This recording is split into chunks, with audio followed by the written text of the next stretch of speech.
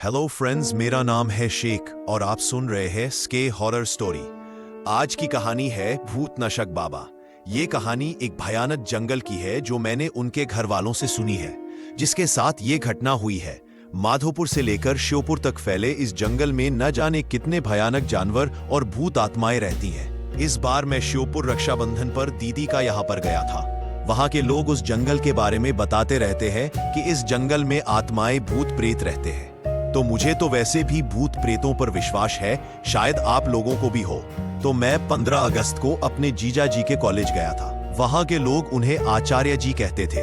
15 अगस्त का प्रोग्राम खत्म होते ही हम लोग जाने ही वाले थे कि वहाँ के पड़ोसी ने उन्हें घर पर चाय पीने को बुलाया। तब हम लोग उनके घर चाय पीने गए। ऐसे ही बातें हो रही थी। तब उन्होंने अपनी आप बीती कहानी बताई कि अभी कुछ दिनों पहले मेरे बेटे राजीव के साथ ऐसी घटना घटी है कि आपको क्या बताएं। राजीव के पिताजी ने बताया कि एक दिन मेरी तबीयत खराब हो गई थी। तब मैंने राजीव को जंगल से बकरियों के लिए चाय पिया लाने के लिए भेज दिया था। राजीव वैसे तो कभी कभी जंगल जाता था, पर वो हमेशा काम से जी चुराता था। पर आज उसे मजबूरी में जंगल जाना पड़ा। वो रास्ते में चलता गया, उसे कहीं भी पास में चारा नहीं मिला, क्योंकि पास के सारे पेड़ तो पहले से ही बकरियों के लिए काट चुके थे। वो जंगल के और अंदर चला गया। वो घने जंगल में पहुंच गया, जहां पर बहुत पास पास पेड़ खड़े हुए थे। पेड़ इतने घने थे कि आसमान तो नजर ही नहीं आ रहा था। बरसात का टाइम था, अच्छी बरसात हो गई थी तो पूरा जंगल हरा भरा हुआ था। पत्थरों पर पानी ऐसे बह रहा था जैसे साफ कोई झरना बह रहा हो। पहाड़ों से नीचे की ओर आता हुआ पत्थरों पर साफ पानी बह रहा था। वहां पर इतनी शीतलता थी कि उसकी देखते ही थकान दूर हो गई। उसने सोचा कि पहले मैं थोड़ा आराम कर लूं, फिर मैं पत्तियां काट कर घर चला जाऊंगा। थोड़ी देर ही हुई थी उसे सोए हुए। उसने सपना देखा कि वो चारे के चक्कर में बहुत दूर आ गया है और वो रास्ता भूल गया है। उसने सपने में देखा कि उसके सामने कोई खड़ा है। उसकी शक्ल देखते ही उसकी आंखें खुल गई और वह डर गया। अब उसे और ज्यादा डर लगने लगा। अब चारा तो काट रहा था, पर वह सपने की बात याद करके बहुत घबराया हुआ था। उधर सूरज भी ढलने वाला था। उसके हाथ दूर दूर तक किसी की भी आवाज सुनाई नहीं दे रही थी। वह जल्दी जल्दी पत्तियां काट ही रहा था कि उसे आपस में बातें करते हुए एक आवाज सुनाई दी। उसने सोचा कोई आदमी होगा तो मैं उसी के साथ घर चला जाऊंगा। उसने जल्दी से पत्तियां बांधी और वह आवाज आ रही थी उधर की ओर चल दिया। पास पर उसने यह ध्यान नहीं किया कि वो आया किधर से है और किधर जा रहा है। वह उल्टा जंगल में घुसता चला गया। आवाज और साफ सुनाई देने लगी तो वह और आगे बढ़ा। उसने देखा कि दो लोग आपस में बातें कर रहे हैं और उनकी पीठ दिखाई दे रही है। उसने उनके पास जाकर बोला, क्या तुम मुझे घर जाने का कोई छोटा रास्ता बता सकते हो? इतना उसने कहते ही वो दो लोग उसके सामने से ऐसे फुर्र हुए कि वहां कोई था भी या नहीं। उनके गायब होते ही उसके पसीने छूट गए और वह बेहोश हो गया। जब उसे होश आया तो वह क्या देखता है कि वो सपने वाला आदमी उसके सामने खड़ा है।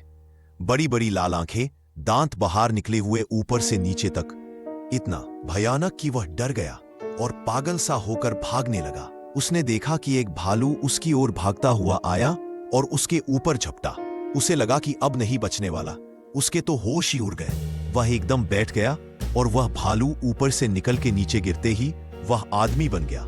उसके गाल पिचके हुए, हाथ टेढ़े और पैर उल्टे, लंबी दाढ़ी और दांत होठ कटकर बाहर निकले हुए। राजीव तो बस उसे देख रहा था, पर उसके होश ठिकाने नहीं थे। वह वहीं पर गिर पड़ा। घर वालों को चिंता हो रही थी कि अंधेरा हो गया, राजीव अभी तक क्यों नहीं आया।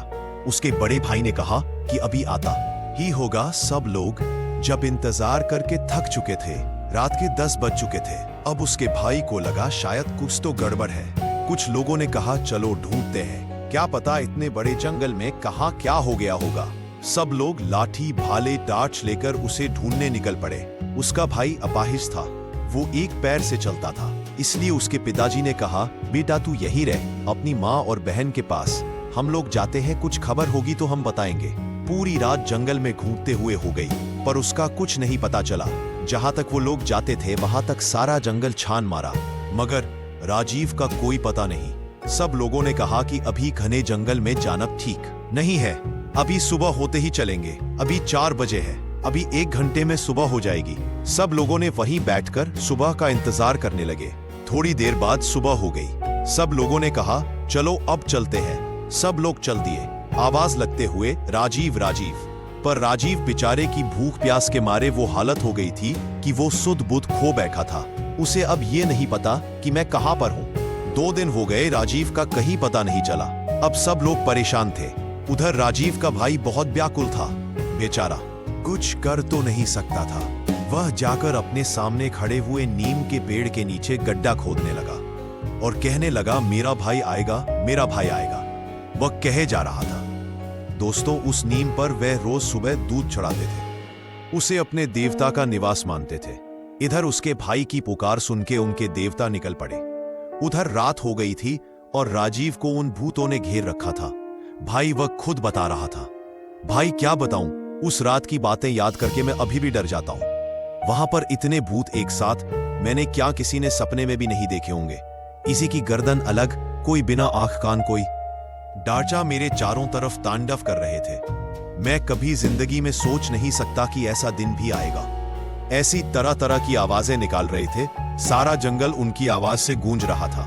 मुझे लग रहा था कि मैं अब बचने वाला नहीं हूं। लगता है ये लोग मुझे मार डालेंगे। मैं तो इतना डरा हुआ था कि मैं रो रहा था कि अचानक घोड़े के पैरों की आवाज आई।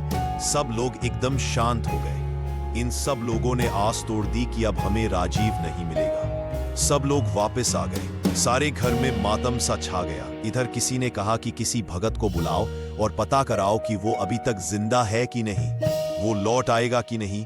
एक आदमी वहां के भगत को बुलाने चला गया।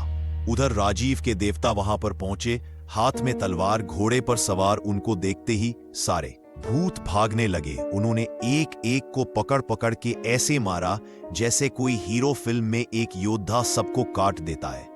जैसे ही उनकी तलवार उनकी गर्दन पर पड़ती, वो मिट्टी में मिल जाते। ये सब राजीव अपनी आंखों से देख रहा था। तब उस घुड़सवार ने कहा कि तुम अब चिंता मत करो, मैं आ गया हूं और सुबह तक कोई तुम्हें लेने आ जाएगा। अब तुम बेफिक्र होकर सो जाओ। उनके आने से मेरा सारा डर खत्म हो गया और मैं आराम से सो गया। इधर भगत जी आए।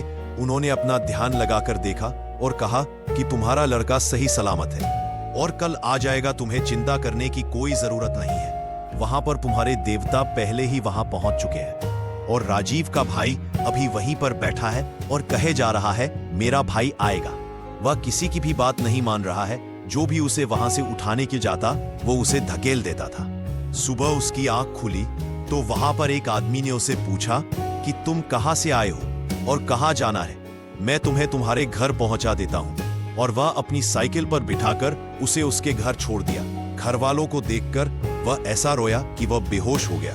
3 दिन का भूखा प्यासा कमजोर हो गया था। फिर उसे अस्पताल ले गए। वहां वो 2-3 दिन बाद ठीक हो गया। तो दोस्तों, ये थी आज की कहानी। आपको ये कहानी कैसी लगी कमेंट करके जरूर बताइए। और हाँ, अगर आपको कहानी पसंद आए हो तो वीडियो को लाइक करें, चैनल को सब्सक्राइब करें और हो सके तो अपने फ्रेंड को शेयर करें जिसको हॉरर स्टोरी पसंद है। तो आज के लिए बस इतना ही। मिलते हैं न्यू हॉरर स्टोरी पर।